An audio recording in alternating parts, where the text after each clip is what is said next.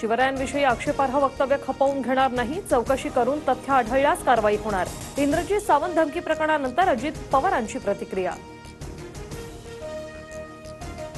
प्रशांत कोरटकरचं थोबाड रंगवलं पाहिजे. बहुजन पुराणी ठरवलं तर कोरटकर रस्त्यावर फिरू शकणार नाही.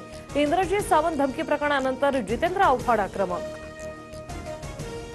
इंद्रजित सावंत धमकी प्रकरणी प्रशांत कोरटकरच्या चौकशीसाठी कोल्हापूरहून पोलिसांची टीम नागपुरात. पथकात 1 अधिकारी आणि 4 कर्मचाऱ्यांचा समावेश.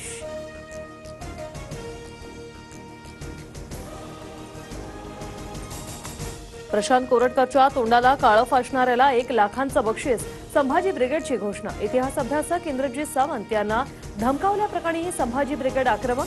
छत्रपती शिवरायांचा एकेरी उल्लेख केल्याचाही आरोप.